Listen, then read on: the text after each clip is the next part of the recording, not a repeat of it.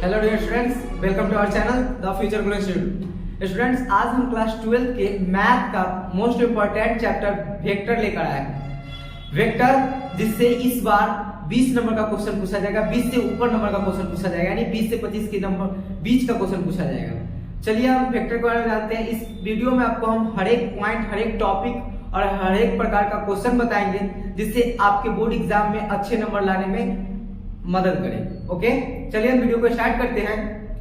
जैसे आप लोग बोर्ड पे देख रहे होंगे, वेक्टर एक फिजिकल क्वांटिटी है, यानी फिजिकल क्वांटिटी फिजिक्स में आप लोग पढ़े होंगे। फिजिकल क्वांटिटी दो होते हैं, वेक्टर और स्केलर। तो फिजिकल क्वांटिटी क्या होता है, सबसे पहले जानते हैं फिजिकल क्वांटिटी क्या होता है, यानी भौतिक राशि क्या होता है। तो जिसको हम माप सकते हैं उसी को क्या कहते हैं, भौतिक राशि कहते हैं, यानी कि फिजिकल क्वांटिटी कहते हैं, यानी जिसको मापा जा सके।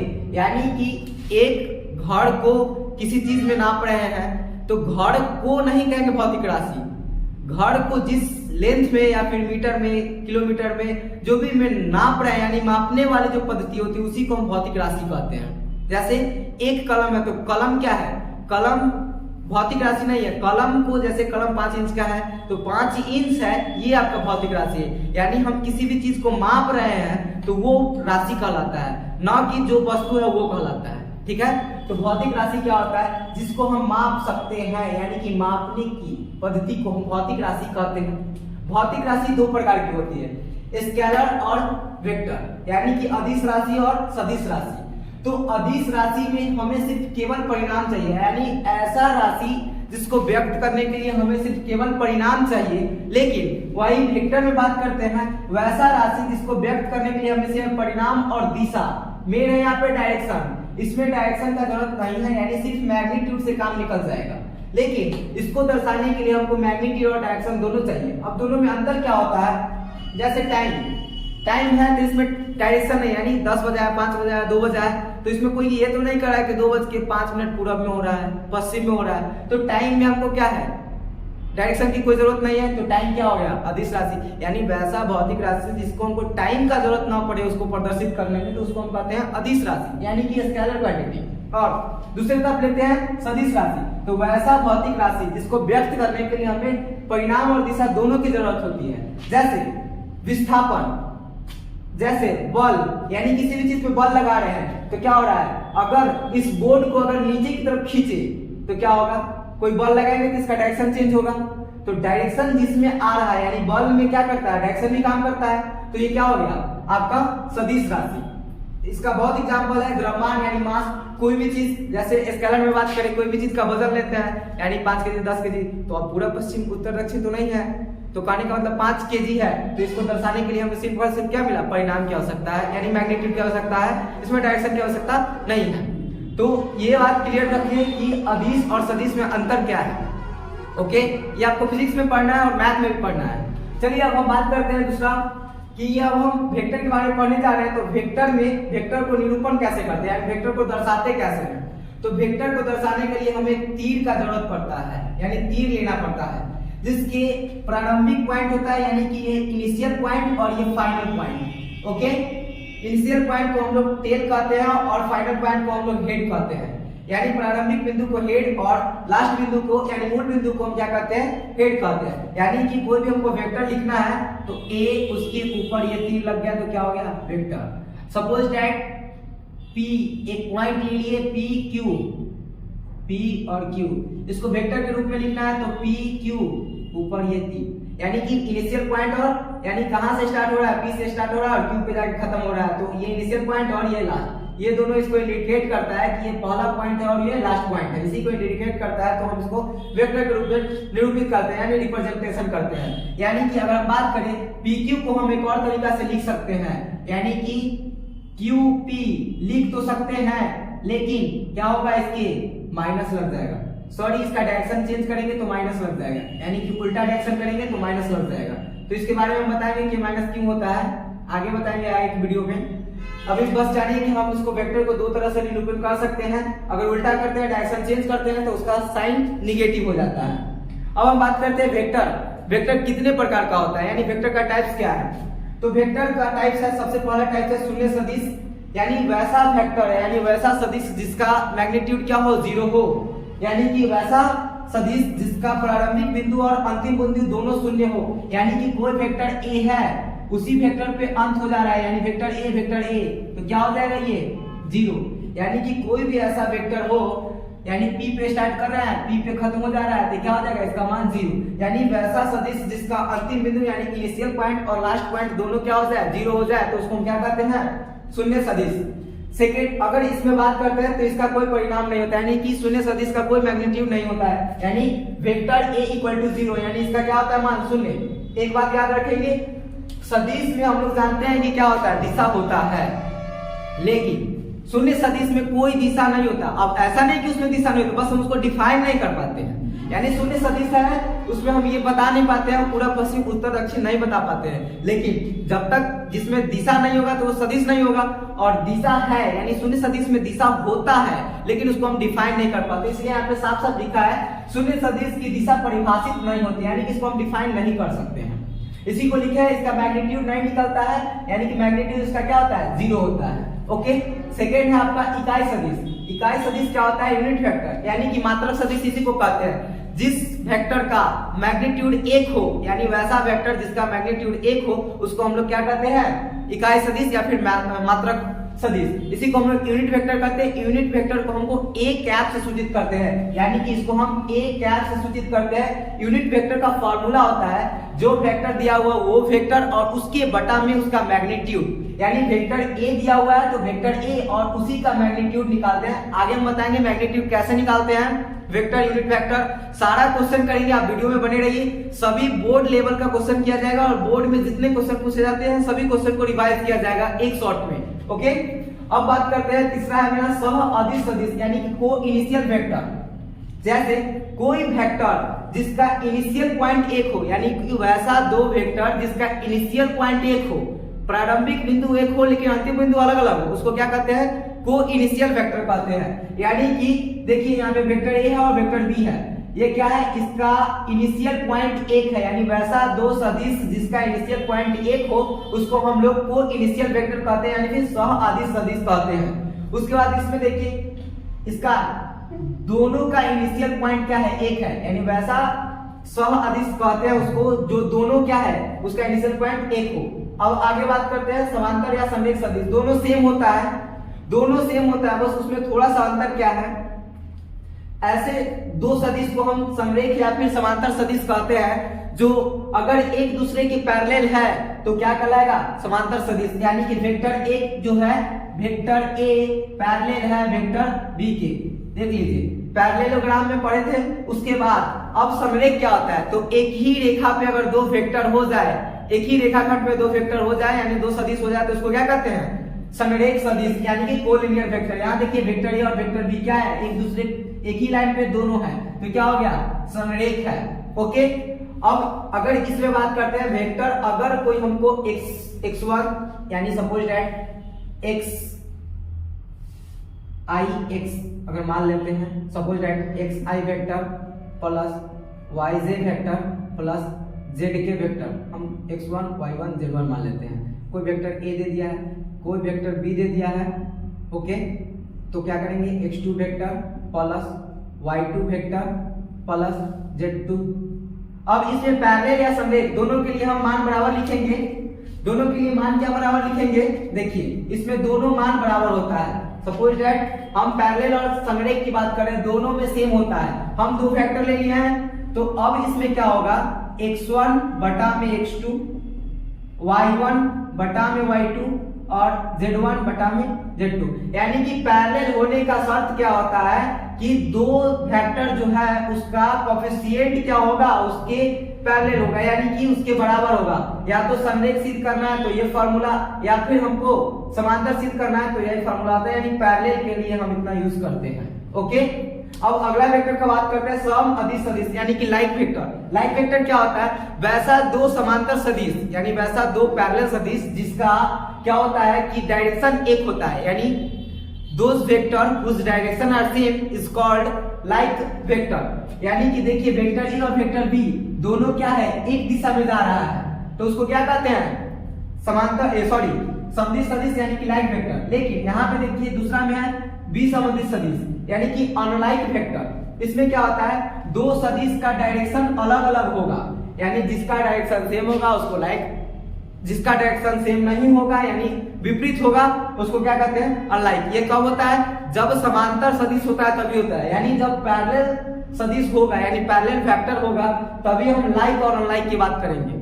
ओके, चलिए अब आप इसका स्क्रीनशॉट लीजिए। अब हम क्वेश्चन करते हैं, फॉर्मूला देखते हैं क्या क्या है। इंटरनल फॉर्मूला इसमें है, उसके बाद मैग्नीट्यूड निकालना, यूनिट फैक्टर निकालना। ओके, अभी सब करेंगे, तब तक इसका स्क्रीनशॉट लीजिए। अभी तक हम वेक्टर के बारे में पढ़ रहे थे, वेक्टर क्या है, वेक्टर का टाइप जाने हैं। अब हम वेक्टर का मैग्नीट्यूड निकालना सीखेंगे, यूनिट वेक्टर कैसे निकालते हैं, इसका इंटरनल फार्मूला और एक्सटर्नल फार्मूला होता है उसको जानेंगे और इस पर क्वेश्चन करेंगे। चलिए हम मैग्नीट्यूड के बारे में समझते हैं। मैग्नीट्यूड क्या होता है, वेक्टर का मैग्नीट्यूड कैसे निकालते हैं। देखिए हम एक एग्जाम्पल से समझना चाहते हैं मैग्नीट्यूड क्या होता है। तो मैग्नीट्यूड में परिणाम होता है, हिंदी और इंग्लिश में दोनों में हम समझा रहे हैं। Find the magnitude of vector A, यानी कोई वेक्टर दे दिया गया है जिसका एक्स आई वाई जेड के है, तो उसका मैग्नीट्यूड निकालने के लिए क्या करें, यानी सदिश ए का परिणाम ज्ञात करें। तो इसको हम ज्ञात करने के लिए क्या करते हैं, सबके कोफिशिएंट को लेते हैं, सबके कोफिशिएंट को लेते हैं, यानी कि इसका मैग्नीट्यूड हो जाएगा रूट अंडर ए का कोफिशिएंट यानी वेक्टर ए है, यानी आई का कोफिशिएंट एक्स का होल स्क्वायर प्लस जे का कोफिशिएंट यानी कि वाई का होल स्क्वायर प्लस जेड का कोफिशिएंट यानी कि जेड का होल स्क्वायर, यानी कि इसका मैग्नीट्यूड हो गया x square plus y square plus z square. किसी भी वेक्टर का हमको मैग्नीट्यूड निकालने के लिए हम क्या करते हैं, इस वेक्टर का कोफिशिएंट को क्या करते हैं, रूट के अंदर लिखते हैं, तब हम उसका मैग्नीट्यूड निकाल देते हैं। ओके, चलिए हम क्वेश्चन करके देखते हैं। एक क्वेश्चन दिया है, compute the magnitude of vector b, यानी इस वेक्टर का मैग्नीट्यूड निकालना है, यानी कि सदिश का परिणाम ज्ञात करें हिंदी में। अब इसका हम सॉल्यूशन करते हैं। क्या करेंगे, सबसे पहला काम है मेरा रूट अंडर, सबसे पहला काम है आई के कोफिशिएंट को लेना, यानी प्लस में है तो प्लस में लेना, माइनस में है तो माइनस में लेना, बीच में लेकिन हमेशा प्लस होगा। फॉर्मूला आपके पास ये है। अब कोफिशिएंट क्या है, 7 है, यहाँ पे -7 का होल स्क्वायर प्लस, अब ये हो जाएगा -3 का होल स्क्वायर। अब हम इसका करेंगे 2 का 4 प्लस 49 प्लस 9, इसका कैलकुलेशन करेंगे 9 9 18 18 4 22 4 1 5 यानी 52। अब इसको हम तोड़ के भी लिख सकते हैं, अगर ऑप्शन में आपका तोड़ के रहेगा तो तोड़ के लिख दीजिएगा रूट को, अगर इतना रहे इतना ही आंसर। यानी कि मैग्नीट्यूड में हम क्या करते हैं, उसके कोफिशिएंट को लेते हैं। यहाँ माइनस में था तो हम माइनस में कोफिशिएंट लिए, यहाँ प्लस में था तो प्लस में लिए, यहाँ माइनस में तो माइनस में। मैग्नीट्यूड निकालने का सिंपल सा फॉर्मूला है root under x square plus y square plus z square. Okay, चलिए हम इसका नेक्स्ट क्वेश्चन देखते हैं। एक ऑब्जेक्टिव इससे पूछता है, अगर वेक्टर ए 1 है, यानी वेक्टर ए का मान 1 है और वेक्टर ए का जो दिया गया सदिश है उससे हमको x plus y square plus z square का मान निकालना है, तो हम क्या करेंगे, सबसे पहले इसका मैग्नीट्यूड निकालेंगे। और मैग्नीट्यूड कितना के बराबर दिया हुआ है, ए के बराबर दिया हुआ है। चलिए हम निकालते हैं इसका मैग्नीट्यूड, यानी वेक्टर ए का मैग्नीट्यूड निकालेंगे। क्या होगा, root under x square plus y square plus z square हो जाएगा। लेकिन वेक्टर ए का मान दिया हुआ है, मैग्नीट्यूड का मान कितना दिया हुआ है, 1। अब हम क्या करेंगे, root under x square plus y square plus z square. अब रूट को हटाएंगे तो ये इधर क्या चलेगा, इधर स्क्वायर चलेगा, यानी कि यहाँ हो जाएगा 1 का स्क्वायर। अब यहाँ से क्या हो जाएगा, x square plus y square plus z square, यानी कि क्या हो जाएगा, हम यहाँ से वैल्यू निकाल के लाए x square plus y square plus z square equal to 1, यानी कि यहाँ पूछ रहा था x square plus y square plus z square का मान कितना होगा, यानी कि 1 होगा। ये ऑब्जेक्टिव का क्वेश्चन है।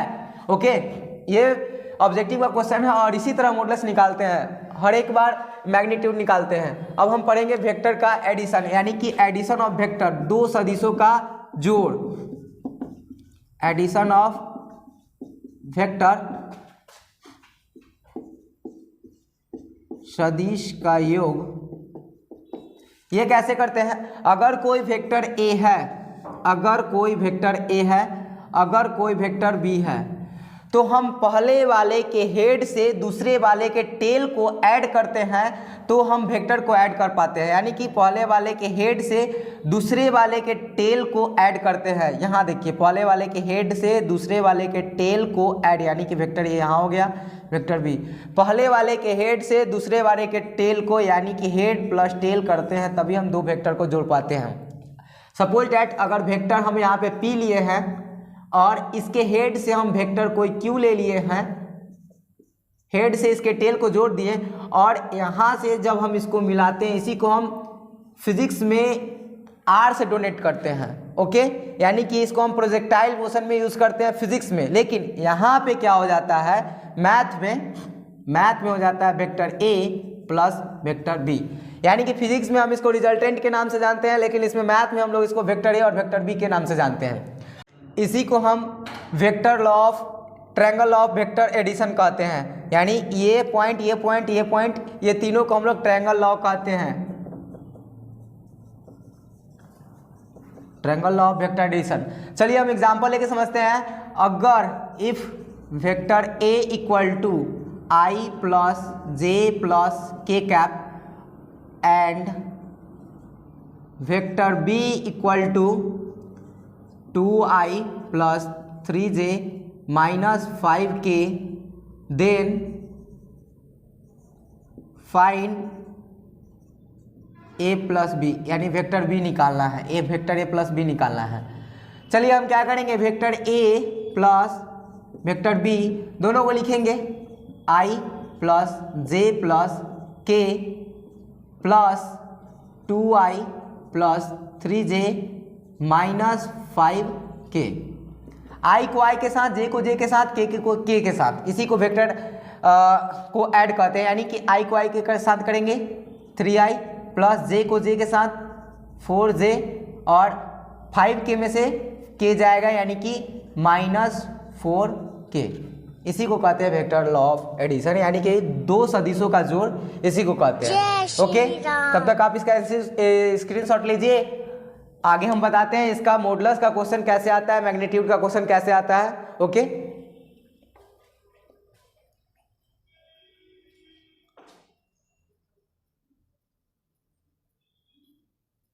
चलिए हम नेक्स्ट क्वेश्चन देखते हैं। इसमें क्वेश्चन में है, यदि ए वेक्टर ए बराबर दिया है, वेक्टर बी बराबर दिया है, तो इसमें कह रहा है कि वेक्टर 3a और b को निकालिए, यानी इसका मैग्नीट्यूड को निकालिए। ओके, यानी इसमें कहा जा रहा है कि वेक्टर ए और वेक्टर बी का मैग्नीट्यूड निकालना है जब 3a से इसमें गुना हो रहा है। ओके, चलिए हम इसका सॉल्यूशन कैसे करते हैं, बहुत सिंपल है। इसमें क्या करेंगे, सबसे पहले 3a प्लस बी निकालेंगे, यानी 3a plus vector B. Okay, यानी 3 तो रहेगा, वेक्टर ए की जगह पे a को पुट कीजिए, i plus j plus 2k। Okay, अब इसके बाद क्या करेंगे, हम प्लस है तो प्लस वेक्टर बी को लिखेंगे 3i plus 4j plus k। Okay, अब हम इसको क्या करेंगे, इनटू कर देंगे, 3i plus 3j plus 6k। अब यहाँ plus 3i plus 4j plus k। अब हम क्या करेंगे, i को i के साथ, j को j के साथ, k को k के साथ, यानी वेक्टर एडिशन लगाएंगे। 3 3 6i plus 7j plus 7k। अब क्या करना है इसमें, अब मेरा इसका मैग्नीट्यूड निकालना है। अब मैग्नीट्यूड निकालना है तो क्या करेंगे, लिखेंगे इसका मैग्नीट्यूड चाहिए। अब x का कोफिशिएंट, y का कोफिशिएंट, z का कोफिशिएंट, यानी i का, j का, k का। चलिए रूट अंडर 6 का होल स्क्वायर प्लस 7 का होल स्क्वायर प्लस 7 का होल स्क्वायर। ओके, अब हम इसमें क्या करेंगे, इसका रूट निकालेंगे। 36 प्लस 49 प्लस 49, इसको ऐड करेंगे, 9 9 18, 18 6 24, 2 8 3 11 2 13। यानी अब इसका आंसर अगर 134 है, अगर सब्जेक्टिव बना रहे हैं इतना ही आंसर छोड़ दीजिए, कोई बात नहीं है। अगर ऑब्जेक्टिव है आप उसको तोड़ दीजिए रूट में, आंसर निकल जाएगा। अब अगर क्वेश्चन आपके पास दिया रहे, इफ कोई वेक्टर दिया है, इफ वेक्टर a बराबर xi plus yj plus 5k, a vector a equal to vector b, यानी कोई एक वेक्टर है जो दोनों वेक्टर के बराबर है। ओके, यानी सपोज डैट इस क्वेश्चन को हम ऐसे लिखते हैं, कोई वेक्टर दोनों वेक्टर के बराबर है 2i plus 5j plus 9k, तो then find x plus y plus z. Okay, हम जानते हैं कि ये तभी संभव होता है जब पैरेलल वेक्टर होता है। ओके, यानी x का कोफिशिएंट i का कोफिशिएंट i के बराबर, y का कोफिशिएंट जब ये बराबर है तो या तो पैरेलल होगा नहीं तो कोलिनियर होगा। चलिए हम यहाँ से x का वैल्यू निकालेंगे, x equal to 2, y equal to 5 और z इक्वल टू यहाँ पे z इक्वल टू 9। जब ये दोनों बराबर है तो हम इसके कोफिशिएंट को बराबर कर लिए। हमको क्या चीज़ का वैल्यू चाहिए, x plus y plus z, x plus y plus z, यानी कि 2 प्लस 5 प्लस 9, 9 5 14 और 2 16 आंसर। हम कब करेंगे इसको पैरेलल, पैरेलल रहेगा यानी बराबर दिया हुआ है क्वेश्चन में तो बराबर कर दिया और x plus y plus z का वैल्यू निकाल लिए। लेकिन अगर यही क्वेश्चन में दिया रहे if xi plus yj plus 5k equal to 7i plus 5j plus 9k, अब इसी में सेम क्वेश्चन पूछ रहा है then find x plus y plus z, तो हम क्या करेंगे, x को x के साथ, y को y के साथ, z को z के साथ, आपका गलत हो जाएगा। देखिए कैसे गलत होगा, x को तो कोफिशिएंट निकाल लिए 7 आ गया, y का कोफिशिएंट निकाल लिए 5 आ गया, लेकिन यहाँ पे z ना हो के 5 है, यानी कि z की जगह पे 5 है, तो क्या 5 बराबर 9 कभी पॉसिबल है? नहीं है। तो इसका हम x plus y plus z नहीं निकाल सकते हैं, यानी कि नॉट पॉसिबल। ऐसा क्वेश्चन आपके ऑब्जेक्टिव में रहता है जिसमें ऑप्शन नॉन ऑफ दीज रहता है, लेकिन बच्चे क्या करते हैं, x plus y plus z मान निकाल दिए, भर दिए आंसर, बिल्कुल गलत हो जाएगा, एक नंबर आपका गया। ओके, चलिए आप इसका स्क्रीनशॉट लीजिए। अब हम जानेंगे पोजीशन वेक्टर क्या होता है। पोजीशन वेक्टर क्या होता है, इसको समझने के लिए हम क्या करेंगे, एक्स प्लेन, वाई प्लेन और जेड प्लेन लेंगे। ओके, एक्स प्लेन पे हम आई को निरूपित करते हैं, वाई प्लेन पे हम जे को निरूपित करते हैं और जेड प्लेन पे के को रिप्रेजेंट करते हैं। ओके, इस पे हम कोई पॉइंट पी लेते हैं, तो इसमें एक्स वाई जेड का कह रहा है कि अब हम पोजीशन सजेशन यानी कहाँ पे है, एक्स एक्स तल पे, वाई पे, यानी कि इसका पोजीशन वेक्टर क्या हो जाएगा, इस पॉइंट का पूछा जा रहा है कि पोजीशन वेक्टर क्या होगा। यानी पॉइंट पी जो दिया हुआ है आपको एक्स वाई और जेड, इसका पोजीशन वेक्टर क्या होगा। तो ये बहुत सिंपल होता है पोजीशन वेक्टर निकालना, एक्स को आई के साथ रिप्रेजेंट कर दीजिए प्लस वाई को जे के साथ रिप्रेजेंट कर दीजिए और जेड को के साथ रिप्रेजेंट कर दीजिए, यही हो गया आपका पोजीशन वेक्टर। ओके, अगर कोई क्वेश्चन आपको दे दिया है, यदि कोई पॉइंट दे दिया जाए क्यू 5 4 3, इसका पोजीशन वेक्टर निकालिए तो क्या हो जाएगा, 5i plus 4j plus 3k। Suppose that अगर कोई दूसरा क्वेश्चन है t अगर -5 है, 8 है और 3 है, तो क्या करेंगे, -5i plus 8j plus 3k। मतलब पोजीशन को दर्शाने के लिए हम एक्स एक्सिस पे आई को रखते हैं, वाई पर जे को और जेड पर के को, तो वही एक्स वाई जेड प्लेन पे होता है, इसीलिए एक प्लेन ये क्या होता है, ये प्लेन एक्स वाई को तो हम बोर्ड पे दर्शा सकते हैं, लेकिन ये प्लेन क्या है, जेड तल ऐसे है। ओके, तो एक्स वाई जेड तीनों पे दर्शाता है, इसलिए इसका पोजीशन क्या होता है, आई जे और के पे होता है, कोई भी पॉइंट दिया हुआ रहेगा इसका पोजीशन यही होता है। अगर ऐसे में एक और क्वेश्चन आता है कि यदि कोई एक्स पॉइंट है, अगर एक्स लेते हैं, अगर हम जेड लेते हैं, कोई जेड पॉइंट है जिसका क्या कहा जा रहा है कि 2 3 और 5 है, तो इसका क्या करना है, देन फाइंड OZ वेक्टर, यानी इसका OZ का मैग्नीट्यूड निकालना है। तो क्या करेंगे, सिंपली हम क्या करेंगे, पहले हम इसका क्या निकाल लेंगे, पोजीशन फैक्टर, यानी वेक्टर Z बराबर क्या बना लेंगे, 2i plus 3j plus 5k।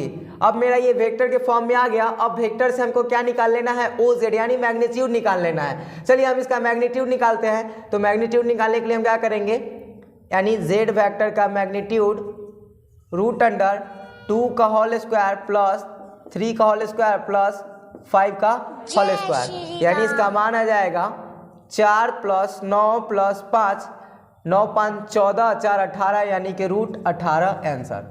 तो हम पोजीशन फैक्टर को दर्शाने के लिए सिंपली क्या करते हैं, एक्स एक्सिस पर एक्स आई के साथ, वाई को जे के साथ और जेड को के साथ रिप्रेजेंट कर देंगे। और उसके बाद जैसे कहेगा क्वेश्चन, अगर मैग्नीट्यूड कहेगा तो मैग्नीट्यूड निकालेंगे, एडिशन कहेगा तो एडिशन कहेंगे, मल्टीप्लाई तो मल्टीप्लाई। ओके, तो पोजीशन फैक्टर समझ में आ गया होगा।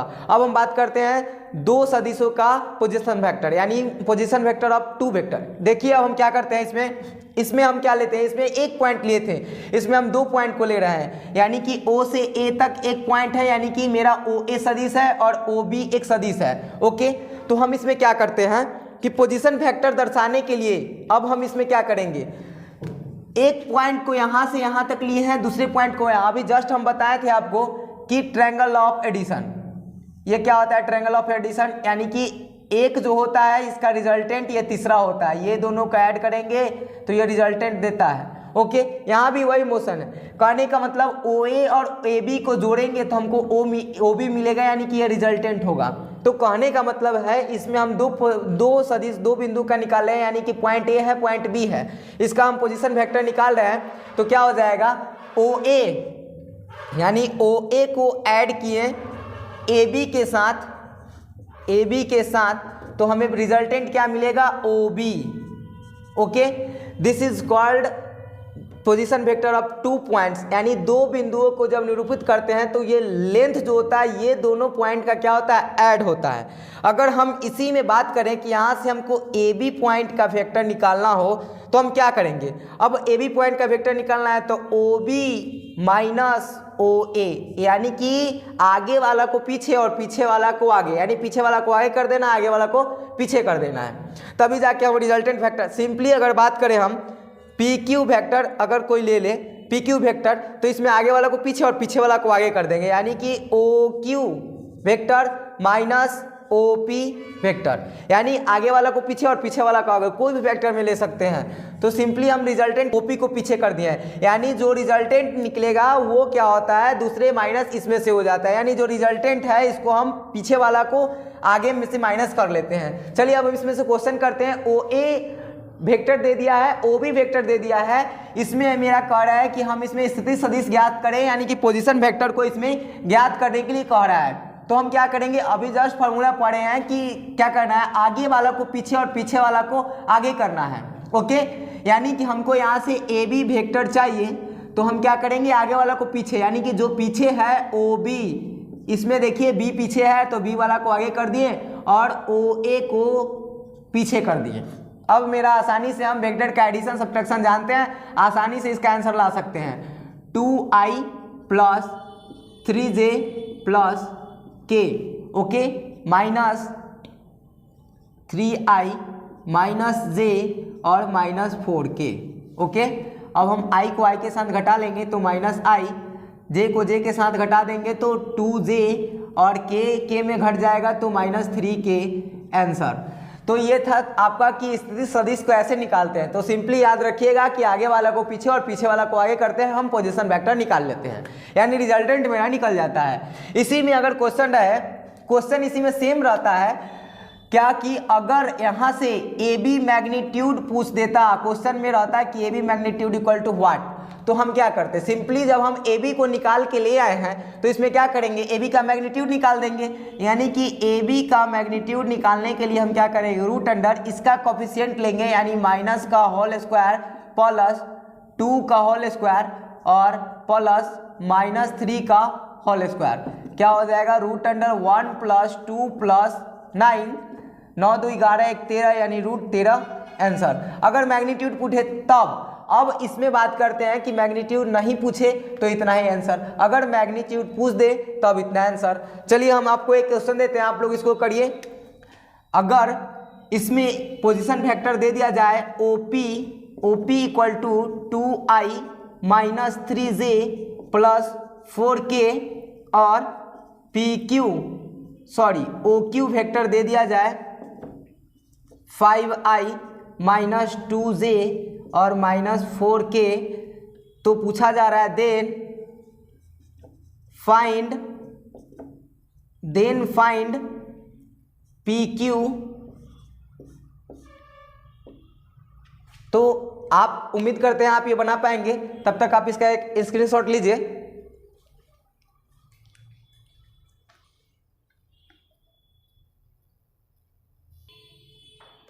स्टूडेंट्स, अब हम जानेंगे डायरेक्शन कोसाइन और डायरेक्शन रेशियो क्या होता है, दिक् कोजीया और दिक् अनुपात में अंतर क्या होता है। देखिए, अब हम बताते हैं सबसे पहले डायरेक्शन रेशियो क्या होता है। डायरेक्शन रेशियो को हम लोग डी आर एस्टॉपी एस से सूचित करते हैं और डायरेक्शन कोसाइन को हम लोग डी सी एस्टॉपी एस से सूचित करते हैं। इसका मतलब दिक् कोजीया होता है, इसका मतलब दिक् अनुपात होता है। ये क्या होता है, दिक् अनुपात क्या होता है। अगर कोई क्वेश्चन के माध्यम से समझते हैं कि अगर दिक् अनुपात निकालना है, कोई वेक्टर दे दिया है, इसका दिक् अनुपात निकालना है तो क्या होगा, तो इसका सिंपली दिक् अनुपात क्या होता है। अगर हम इसका डायरेक्शन रेशियो निकालना चाहे DRS, यानी कि जिसका कोफिशिएंट है वही उसका क्या हो जाता है, डायरेक्शन रेशियो। ये तो बहुत सिंपल होता है। अगर कोई क्वेश्चन मान लीजिए suppose that if Q vector equal to 5i plus 4j plus 5k आपको दे दिया है, देन फाइंड DRS, यानी कि कह रहा है कि आपका वेक्टर Q दे दिया है तो आप इसका क्या कीजिए, दिक् अनुपात निकालिए। ओके, तो हम क्या करेंगे, दिक् अनुपात निकालने के लिए इसका कोफिशिएंट ले लेंगे, यानी कि 5, 4, 5 क्या हो गया, इसका दिक् अनुपात हो गया। सपोज डैट अगर माइनस में भी रहे, कोई t वेक्टर ले लिए हैं, अगर minus 2i plus 3j minus 5k रहे, देन फाइंड, कह रहा है कि दिक् अनुपात निकालने के लिए सिंपली इसमें भी वही हाल, क्या करेंगे, इसमें माइनस सहित ले लेंगे, हो गया ये। यानी कि डायरेक्शन रेशियो निकालना बहुत सिंपल है। डायरेक्शन रेशियो में कोई भी वेक्टर दिया है उसका कोफिशिएंट को लिख दीजिए, डायरेक्शन रेशियो हो गया। ओके, अब हम बात करते हैं डायरेक्शन कोसाइन, इसको समझना बहुत इंपॉर्टेंट है। अब क्या करेंगे, इसमें देखिए सबसे पहले इसमें 3 प्लेन होता है एक्स वाई जेड, क्योंकि ये 3D है। अब बात करते हैं बोर्ड जो 2D है, यानी कि ये जेड जो है ये पॉइंट यहाँ है। ओके, अब हम बात करते हैं कि इसमें हम जानते हैं कि ये मेरा रिजल्टेंट पॉइंट है, यानी कि R है। ओके, OP क्या है, रिजल्टेंट है, यानी कि O इसको जोड़ेंगे और इसको जोड़ेंगे तो क्या होगा, मेरा ये पॉइंट निकलेगा।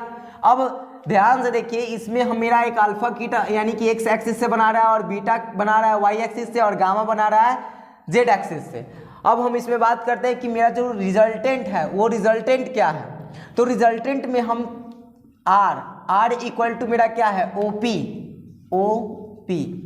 अब ध्यान देने वाली बात है, जब OP है तो इसका हमको क्या निकालना है, पहले तो इसका मैग्नीट्यूड निकालेंगे। अब ध्यान देते हैं, जब OP है तो OP का पूरा क्या हो जाएगा, XI, कोफिशिएंट I के खिलाफ है और रिप्रेजेंट कर रहा है, और Y के लिए तो Y को रिप्रेजेंट कर रहा है, J और Z के लिए तो क्या, K रिप्रेजेंट कर रहा है। अब हम इसका क्या कर लेंगे, यानी वेक्टर R लिखने का क्या मतलब, OP को हम क्या कर सकते हैं, मैग्नीट्यूड, यानी R का मैग्नीट्यूड यानी इसका मैग्नीट्यूड। अब इसका मैग्नीट्यूड निकालेंगे तो क्या हो जाएगा, रूट अंडर x का कोफिशिएंट, y का कोफिशिएंट और z का कोफिशिएंट, यानी कि क्या हो जाएगा, x square plus y square plus z square, यानी कि इसका हम मॉडुलस निकाल लिए।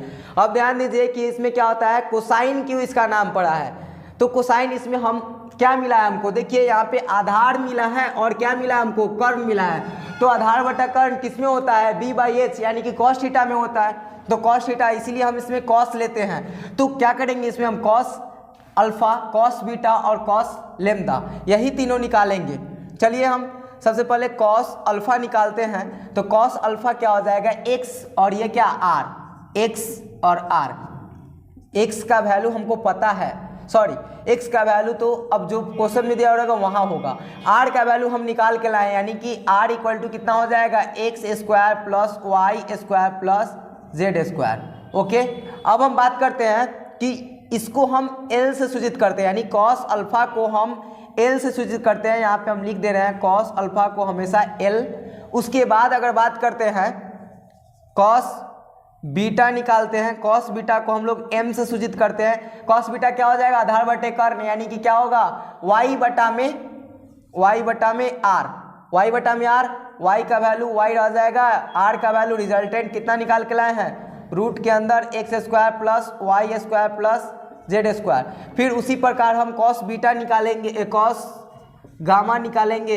कॉस गामा को हम लोग एन से सूचित करते हैं, यानी कि क्या हो जाएगा, वाई जेड, जेड एक्सिस को दर्शा रहा है तो जेड बाई आर, जेड का value r, x square plus y square plus z square. यानी कि हमको किसी भी डायरेक्शन कोसाइन निकालने के लिए हमको क्या फॉर्मूला का जरूरत पड़ेगा, कॉस ये, यानी डायरेक्शन कोसाइन निकालने के लिए हमको इतना करना पड़ेगा। जैसे अगर हम बात करते हैं कि इसमें हम क्यों लेते हैं कॉस, तो हम आपको बताएं कि आधार बटा कर्ण लेते हैं, इसलिए हम इसमें क्या लेते हैं, कॉस का बात लेते हैं। ओके, अब अगर इसमें सिंपल क्वेश्चन पूछता है क्या है कि cos alpha plus cos beta plus cos gamma equal to what, cos alpha plus cos beta plus cos gamma equal to what. फिर इसमें एक और क्वेश्चन पूछता है, यानी कि हम इस क्वेश्चन को यहां लिखें, cos alpha plus cos alpha plus cos beta plus cos gamma equal to what. और फिर इसी में क्वेश्चन पूछता है l plus m plus n equal to what. ये दोनों क्वेश्चन आप लोग बना सकते हैं। कॉस अल्फा के जगह पे कॉस अल्फा का मान भरिए, कॉस बीटा के जगह पे कॉस बीटा का, कॉस गामा का काट कूट के लाइएगा तो आपका आंसर क्या निकलेगा, 1। जब इसका मान 1 आया तो इसका भी मान क्या आएगा, इसी को एल मानते, इसी को एम मानते, इसी को एन मानते, तो क्या हो गया यान। यानी कि ये ऑब्जेक्टिव के लिए इस बार VBI ऑब्जेक्टिव क्वेश्चन है, ये दोनों क्वेश्चन में से कोई एक क्वेश्चन जरूर पूछेगा। ओके, यानी कि डायरेक्शन कोसाइन से कोई एक क्वेश्चन उठा के रख देगा। ओके, तब तक आप इसका एक स्क्रीनशॉट लीजिए।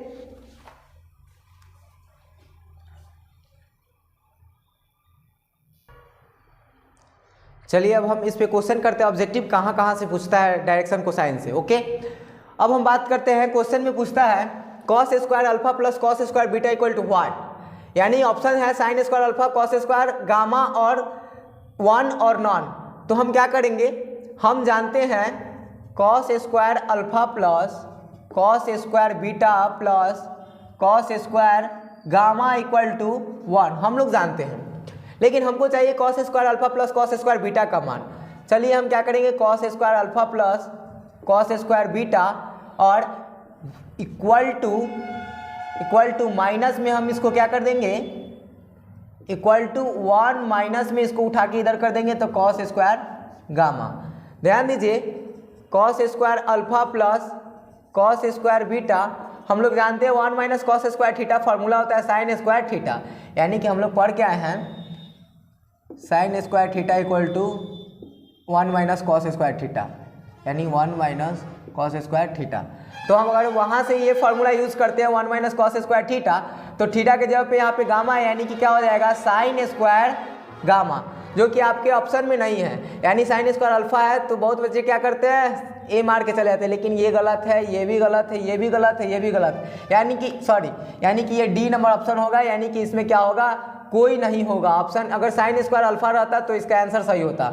सेम क्वेश्चन है sine square alpha plus sine square beta plus sine square gamma क्या होगा, तो आप लोग इसका आंसर कमेंट करके बताइए। नहीं बन रहा है तो आप हमारे टेलीग्राम चैनल पर ज्वाइन हो जाइए, वहाँ पे आप इस क्वेश्चन को पूछ सकते हैं। ओके, अब हम आगे बात करते हैं कि डायरेक्शन कोसाइन से क्वेश्चन कैसे आता है, तब तक आप इसको नोट डाउन कीजिए।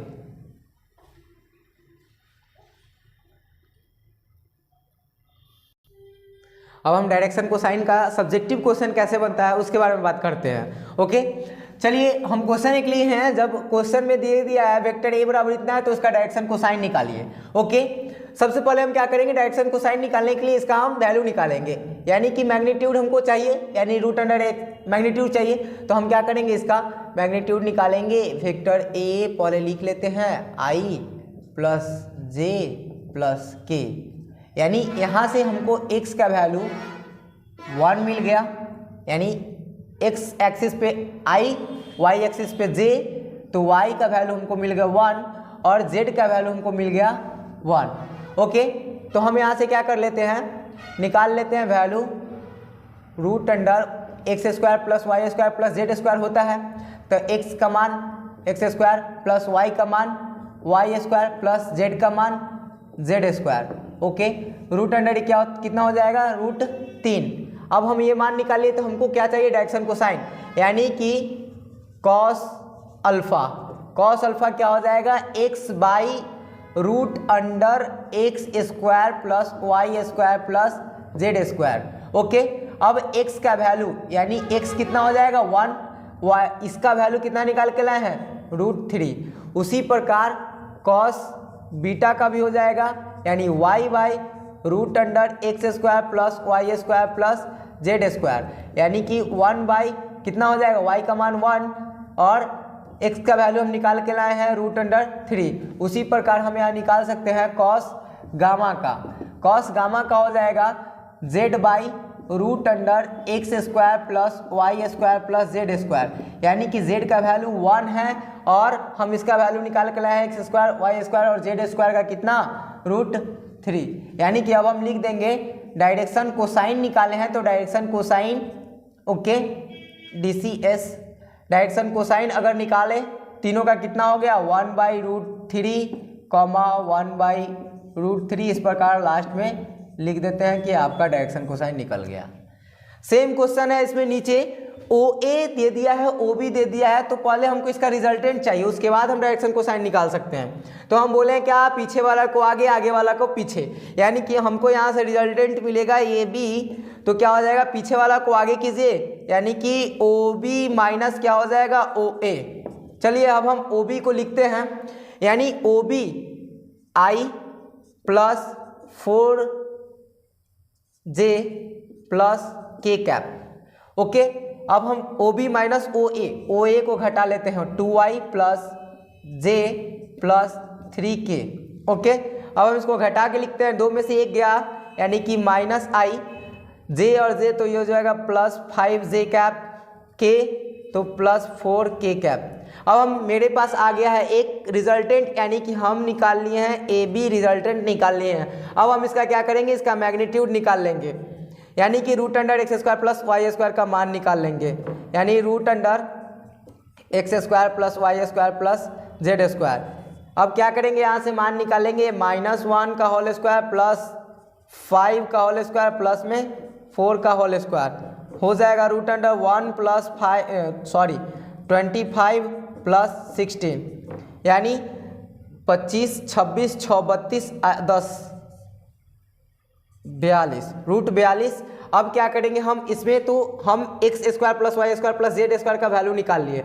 अब हम फिर क्या करेंगे, यहाँ पे कॉस अल्फा का मान निकालेंगे, वही होगा root under x square plus y square plus z square.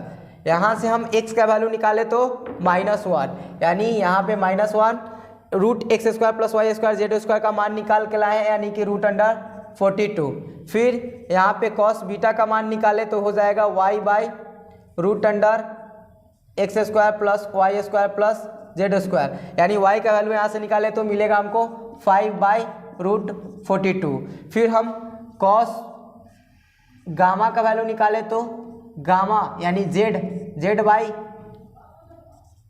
Root under x square plus y square plus z square. अब हम बात करते हैं z का, यहाँ से वैल्यू निकाले तो 4 by root under 42। This is answer, यानी कि बाद में लिख देंगे हम डायरेक्शन कोसाइन तीनों को, यानी कि हम डायरेक्शन कोसाइन का सिंपली मेथड इसी प्रकार यूज करेंगे। अब हम आगे की वीडियो में जानेंगे कि इसका इंटरनल और एक्सटर्नल फार्मूला क्या करते हैं, उसको कैसे सॉल्व करते हैं, प्रोजेक्शन क्या होता है और प्रोजेक्टाइल क्या होता है, इसके बारे में जानेंगे। तब तक के लिए थैंक यू।